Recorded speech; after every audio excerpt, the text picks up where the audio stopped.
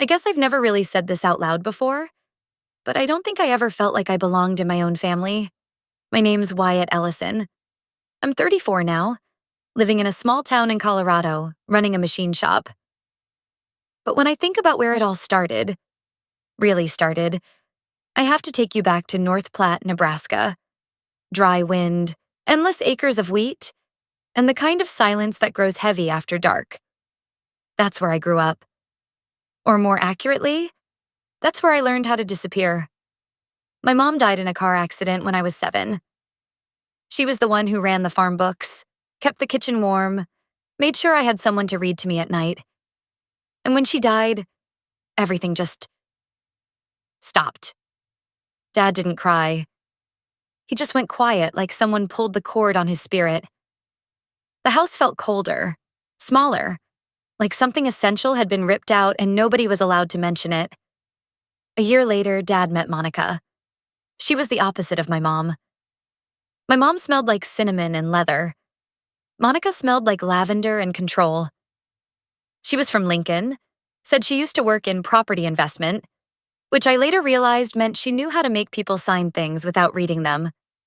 She showed up in a red SUV with tinted windows, her hair perfect, her nails sharper than her voice. And she brought her 2 kids, Dean, 11, and Sophie, 9. At first, I tried to be polite. I was 9, shy, still missing my mom so bad it physically hurt. But Monica didn't care much for gentle. She smiled in front of my dad, but when he wasn't looking, it was a different tone. Don't leave your junk in the hallway. We don't live in a barn. This isn't a charity, Wyatt. You pull your weight or you don't eat. And Dean? He made it his mission to remind me I wasn't blood. He once peed on my mattress just to get a laugh out of his sister. I told Monica. She said, "Boys' roughhouse. Don't be a baby." My dad? I think he knew, but he'd just rub his temples and say, "We all need to adjust." What hurt the most wasn't just Monica's venom or Dean's pranks. It was how easily my dad let them erase me. One afternoon, I was sitting in the barn loft with my dog Jack, drawing in a spiral notebook.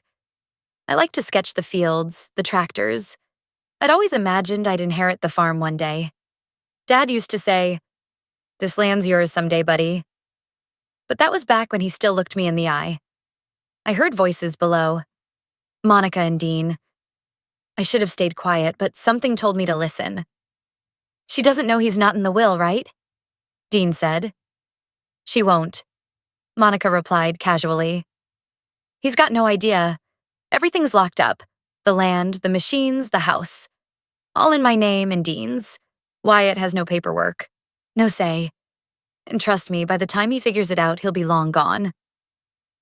I didn't move. Didn't breathe. My whole body froze in place. It was the first time I realized I was being erased on purpose. Not overlooked, not forgotten. Erased. That night, I didn't eat dinner. I stayed in the shed out back with Jack, curled up in a blanket. My dad knocked on the door once, said, "You all right?" I didn't answer. I think a part of me broke that day, like something vital snapped loose and floated away. Over the next few years, it got worse. Dean got more arrogant. Monica grew bolder. She started rearranging the house, removing every trace of my mom. Old photos, recipe books, even the quilt she'd made me when I was 6. When I turned 18, I packed a single duffel bag, left a note on the fridge that said, "Thanks for the memories," and walked to the edge of Highway 30. I hitched a ride with a long-haul trucker named Don who didn't ask too many questions. I didn't say goodbye. They didn't chase after me. And for a long time, I thought I'd finally escaped all of it. But 15 years later, while I was tightening bolts on a broken tractor axle in my shop, I got an email from a law office back in Nebraska. The subject line made my stomach drop. Regarding the estate of Mr. Franklin Ellison, urgent in-person review required. I hadn't spoken to my father in over a decade. And now, somehow he was pulling me back. I didn't plan on staying gone forever. I just needed to breathe. When I walked out of that house at 18, I told myself I'd be back in a year or 2, maybe when things had cooled down. But years passed and no one called. Not once. No birthday messages, no "where are you?" Not even from my dad. That silence said more than any words ever could. For the first few years, I lived out of a beat-up blue pickup I bought with the money I'd saved from fixing up old tractors in high school. I slept in Walmart parking lots, worked odd jobs in Kansas, Oklahoma, Texas, anything that paid cash and didn't ask for a resume. At one point, I cleaned out chicken coops on a farm near Amarillo. The old man who ran it, Gary, had a crooked back and a kind heart. He never asked why a kid like me was shoveling bird crap for 12 hours a day. But one evening, as we sat drinking instant coffee in his barn, he looked at me and said, "Whatever it was that broke you, son, it wasn't your fault." That line stuck. Because until then, I really thought it was. Monica made me feel like I was the mistake. Like my existence was some kind of inconvenience to her perfectly crafted suburban fantasy. Dean and Sophie, with their shiny bikes and brand new boots, were always the kids. I was just Wyatt, the one who left dishes in the sink, the one who didn't fit the image. And my dad? He watched it all from the porch, beer in hand, like someone staring at a fire they didn't know how to put out. By the time I hit 25, I had settled in Colorado. I was working at a local co-op that fixed old combines and plows. I had my own tools, a little studio apartment above a bait shop, and for the first time in my life, no one told me I didn't belong. It wasn't glamorous, but it was mine. I even started rebuilding tractors on weekends, flipping them for extra cash. People around town started calling me the quiet fixer. I liked that. Quiet. Efficient. No drama, no Monica. Then, at 28, I opened my own place. Ellison Equipment Repair. A little shop off Highway 385 with a hand-painted sign and enough room for 2 tractors and a coffee pot. That place became my anchor. I worked from dawn till dusk, fixing busted axles and jammed rotors, listening to country radio and pretending the past didn't exist. But the past doesn't disappear just because you pretend it did. That email from Nebraska hit me like a steel pipe to the ribs. I read it 3 times. "Your father, Franklin Ellison, has passed. Per his request, we require your presence for the reading of his final testament. Please respond promptly." I didn't cry. I didn't feel much of anything at first. Just numbness and confusion. Why now? Why ask for me when I hadn't heard from him in 15 years? I debated ignoring it for days. But something kept gnawing at me. Not grief. Just a dull, unfinished ache. Like a door that never fully closed. So I packed a bag, locked up the shop, and drove 10 hours straight back to North Platte. The town hadn't changed much. Same diner with the neon open 24 hours sign. Same gas station with the broken ice machine. The closer I got to the farm, the more my stomach twisted. It wasn't just the memories, it was the weight of being erased from a place that used to be mine. When I pulled up to the funeral home, I spotted Monica's silver Lexus parked right out front. She always had a taste for things that didn't belong to her. Inside, it was just like I'd imagined. Polished wood casket, white roses, a few family friends who hadn't seen me since I was 12. Most of them gave me confused glances like I was the help or someone who'd walked in off the street. Then I saw them. Monica, Dean, and Sophie, standing together like the holy trinity of fake mourning. Monica looked right at me and said, with a smirk I hadn't missed one bit, Well, look who the wind blew in." Before I could say a word, the lawyer walked in, carrying a thick envelope. "We'll begin the reading of Mr. Ellison's will now," he said. We all sat down. My heart pounded like a war drum. He started reading the first page. Predictable language. Monica was to receive the house. Dean would take over the land. Sophie, the vehicles and equipment. I sat still, hands clenched as the lawyer went on like I wasn't even in the room. No mention of me. Nothing. Not a word. And just as I was about to stand and walk the hell out, the lawyer cleared his throat. "There is a second page, sent separately, handwritten, dated 2 days before Mr. Ellison passed." Monica's smile dropped. Dean's eyes narrowed. Sophie whispered, "What the hell?" The lawyer unfolded the page, his voice suddenly heavier. "To my son Wyatt, if you're hearing this, it means I finally got the guts to do what I should have done years ago." The moment that second page came out, everything in the room shifted. The air went thick, like the kind of humidity you feel before a thunderstorm. Monica's fingers clenched around her pearl necklace. Dean leaned forward like he was trying to read the page from across the table. Sophie looked confused. Genuinely. She was always the one who followed, not led. The lawyer cleared his throat again. He seemed nervous. Maybe he'd seen too many of these. Families tearing at each other like wolves over a carcass. He started to read. "To my son Wyatt, if you're hearing this, it means I finally got the guts to do what I should have done years ago. I know I failed you. I saw the way Monica treated you. I heard the things Dean said when he thought I wasn't listening. And worst of all, I stayed silent. My jaw locked. I didn't breathe. You left that house a better man than I was. You didn't just walk away from a bad situation. You built something of your own. And I'm proud of you, even if I never said it. I'm sorry, son." I looked at the floor.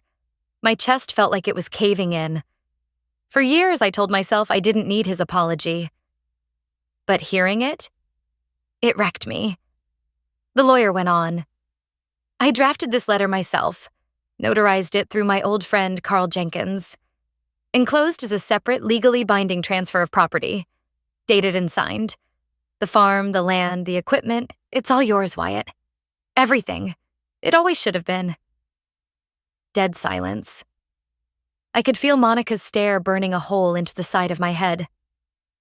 Dean slammed his palm on the table, making the lawyer flinch. "This is bullsed," he snapped. "That's not valid. Dad would have told us."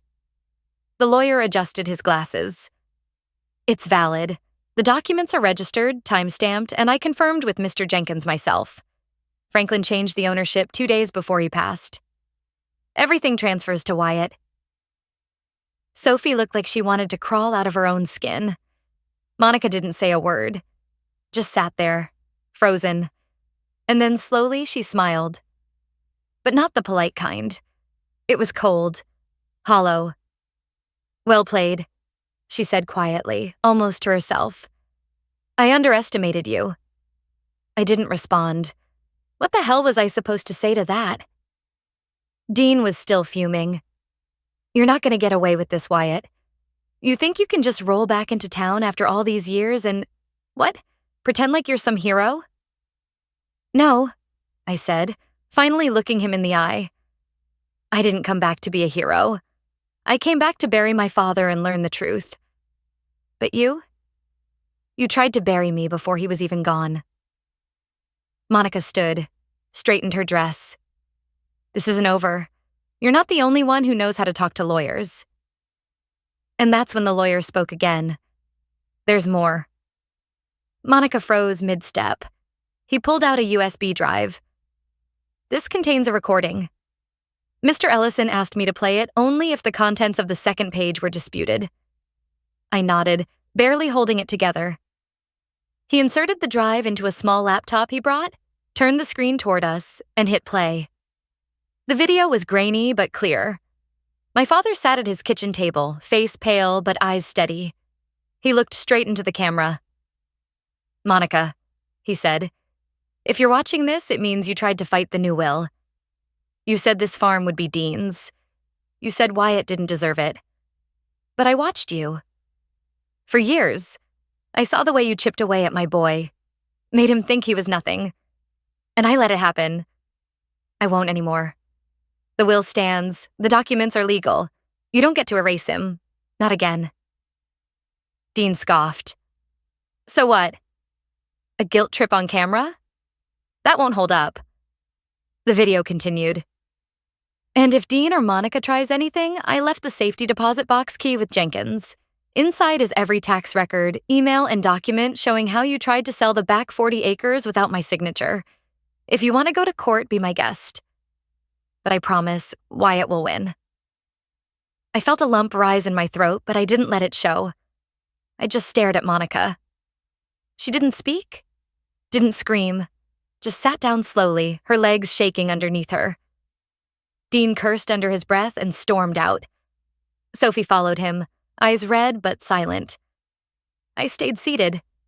I didn't feel victorious. I felt empty. The lawyer turned off the screen and looked at me. We can move forward with the property transfer immediately. Do you want to stay at the house in the meantime? I shook my head. I'm not going back to that house, I said quietly. Not tonight. I stepped out of the funeral home into the late afternoon sun. The sky was wide open, endless.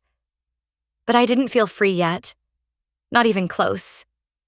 Because deep down, I knew this wasn't the end. It was just the start of something bigger.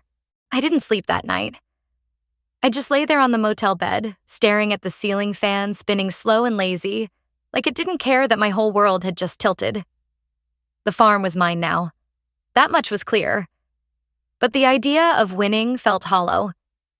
The truth is, I didn't come back to collect dirt or tractors. I came back to bury my father, say the goodbye I never got, and maybe, just maybe, find some piece of myself in the rubble. But Monica, she couldn't let go. People like her never do. They don't take defeat. They wait.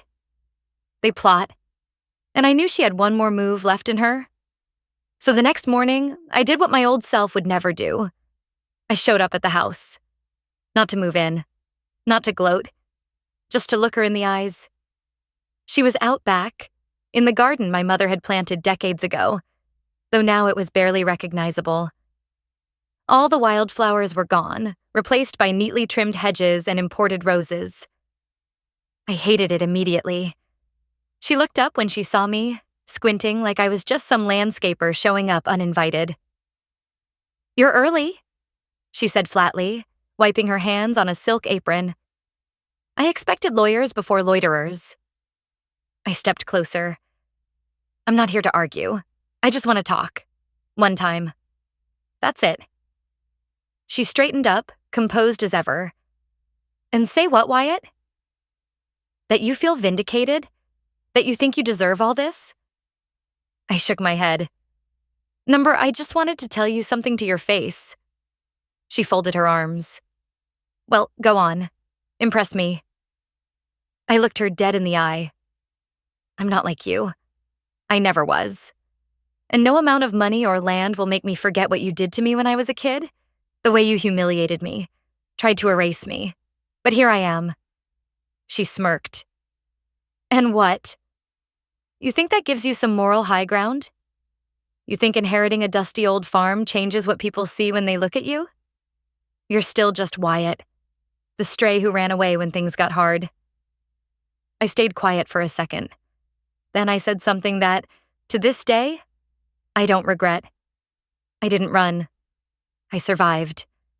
And now I'm standing in front of you because I didn't let your poison rot me from the inside. She didn't like that. Her lips went tight. Her eyes hardened. "I could fight this, you know. I've got contacts. Dean's already talking to a new firm in Omaha." I shrugged. "Let him. The will's rock solid, and the bank records your husband left behind speak for themselves. Good luck explaining those offshore transfers tied to your name." That got her. For a split second, the mask cracked. Just a flicker of panic in her eyes. But it was there. And then she said something I didn't expect. "You think Frank was so innocent? You think he didn't play dirty too?" I tilted my head. "What are you talking about?" She stepped forward, lowered her voice like it was a secret she couldn't wait to drop. "You ever wonder why your dad waited until 2 days before he died to change the will? Why he didn't do it sooner?" I felt my stomach turn. She smiled, a sick little twist of the mouth. "He didn't just wake up with a conscience, Wyatt. He found something. Something he wasn't supposed to see." "What did he find?" I asked, my throat dry. She leaned in, her breath cold. "An envelope, one your mother left behind. Sealed. Hidden in the attic. I never opened it, but Frank did." My heart was pounding now. I didn't know whether I was furious, terrified, or both. "What was in it?" I asked. Her smile widened. "Why don't you go find out?" And just like that, she turned and walked back into the house like none of it mattered. But it did, because my mother died when I was 7. I remembered her hugs, her bedtime stories, but not once had anyone mentioned she left anything behind. An envelope. In the attic. All these years it had been sitting there, gathering dust, waiting.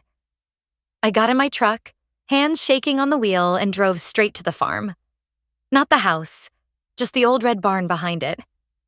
The attic was above the feed room. I'd hidden there a dozen times as a kid, back when Dean would chase me with sticks or worse. I climbed the old ladder, stepped over boxes, ducked under cobwebs. And there it was, wedged behind a rafter, a yellowed envelope. My name written in faded ink. To Wyatt. For when you're ready. My mother's handwriting. I stood there, holding it like it might shatter in my hands.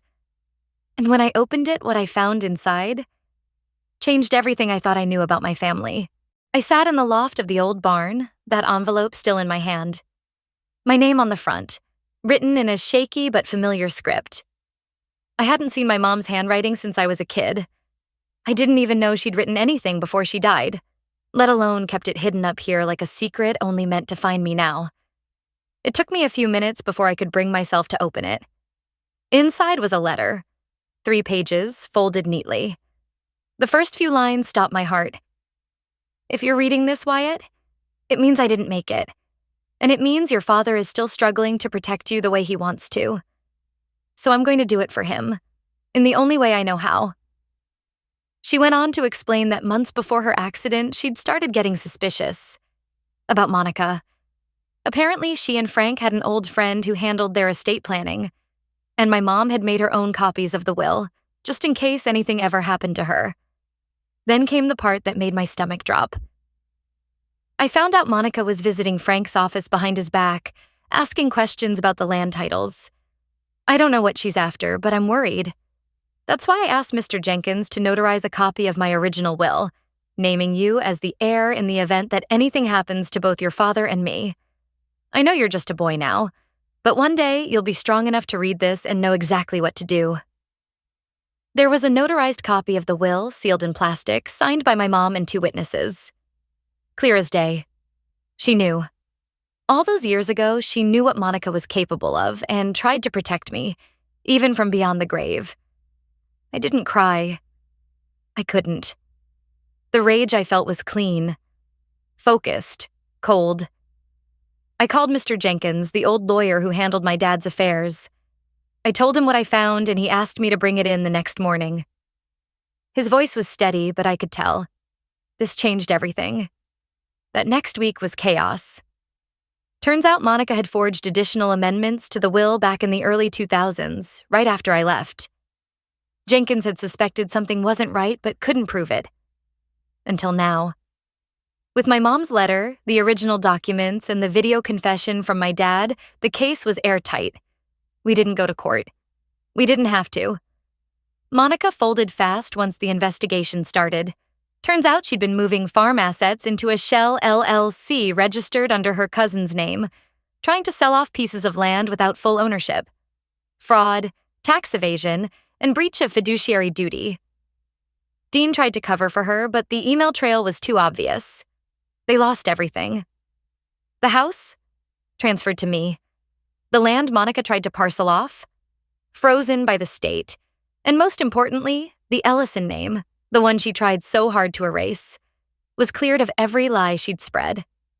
Monica skipped town shortly after. Last I heard, she was living in some 2-bedroom rental in Des Moines, working part-time at a garden supply store. Dean? No one really knows. He vanished once the news articles started running. I didn't feel triumphant. Not exactly, just clean. Like the dirt had finally been washed off something that was buried way too long. I turned the old house into a community learning center. Agriculture, repair skills, land stewardship. Classes for teenagers and veterans trying to rebuild their lives. I named it after my mother. Eleanor House. Every time I walk through those halls now, fresh paint, sunlight coming through the windows, I remember that scared little boy who used to hide in the barn rafters. And I remind myself, surviving is one thing, but returning and reclaiming? That's something else entirely. If there's one thing I've learned, it's this. Sometimes the people who try hardest to erase you end up writing your name into the story even bolder. Justice doesn't always come loud or fast, but when it does, it changes everything. If any part of this hit close to home, or you've lived through your own version of something like this, I hope you'll share it in the comments. I really do read them. And if you want to stay with me for more stories like this, feel free to stick around. Thanks for listening. I mean that.